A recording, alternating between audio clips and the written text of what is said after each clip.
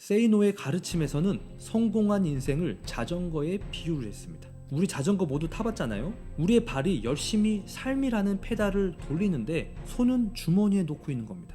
우리의 눈은요, 우리 앞에 놓인 길을 바라봐야 되는데 빠른 속도로 지나가는 오토바이나 멋진 스포츠카를 부러운 마음으로 바라봅니다. 이때 우리가 아무리 페달을 비벼도 앞으로 나가지 않고 쳇바퀴만 돈다는 거죠. 여러분, 성공하는 사람들에게는요, 무언가 특별한 게 있을까요?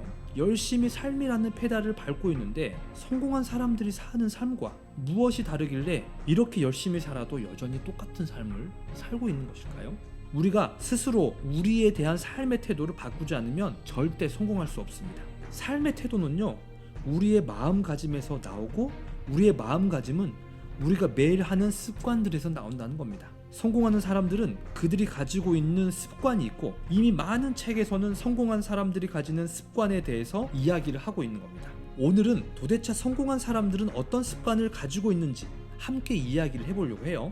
오늘의 영상이 우리 시청자분들에게 습관의 혁명이 될 수 있기를 바라면서 지금 바로 시작하겠습니다. 자, 첫 번째 습관 혁명은요, 일어나는 시간이 중요한 게 아니라 일어나서 무엇을 하는가가 더 중요하다는 겁니다. 1993년 일본의 의사인 사이쇼 히로시의 아침형 인간은요, 아침부터 일찍 일어나 하루를 능동적으로 활력 있게 살아야 된다고 말하고 있습니다. 그럴 때 삶의 변화가 생긴다고 하는데 이 아침이 새벽 5시인 거죠. 잠에서 일어나 무엇을 하는지가 중요합니다. 잠을 깬다고 휴대폰을 20분 넘게 보고 있다고 아침형 인간일까요? 아침에 일어나서 커피를 한 모금 마시거나 정수 한 잔을 마심으로써 우리의 신체를 활성화할 수 있도록 하는 겁니다. 간단한 스트레칭으로 우리의 정신을 맑게 할 수 있도록 우리의 마음과 신체를 깨워주는 거죠. 자, 두 번째 습관의 혁명은요, 성공한 사람들의 대부분은 정리정돈의 필요성을 알고 있을 뿐만 아니라 실행을 하고 있다는 거죠. 여기서 중요한 것은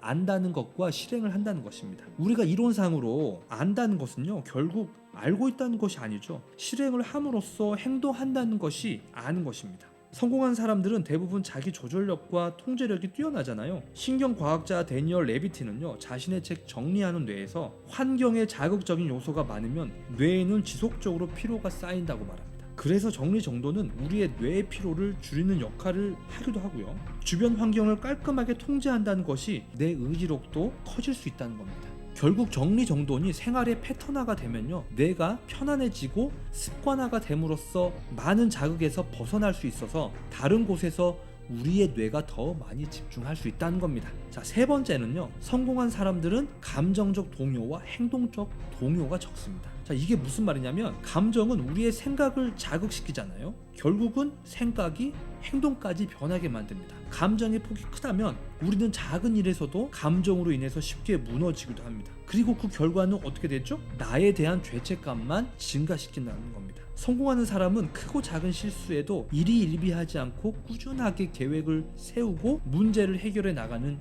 능력이 있죠. 우리 제이커브라는 말 들어보셨잖아요. 성공이란 성과와 우상향을 하지는 않는다는 겁니다.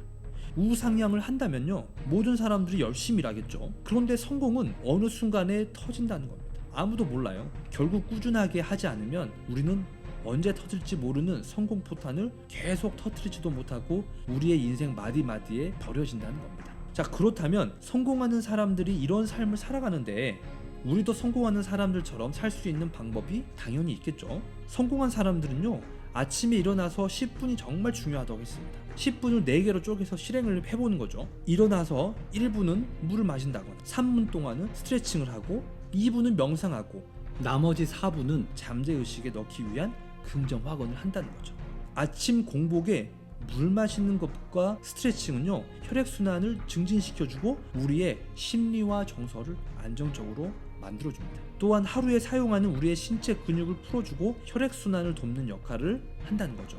명상화기와 긍정화기는 잠재의식에 넣는 방법인데요, 반복적으로 말하는 메시지와 생각이 이 언어를 통해서 잠재의식에 강한 영향을 미칩니다.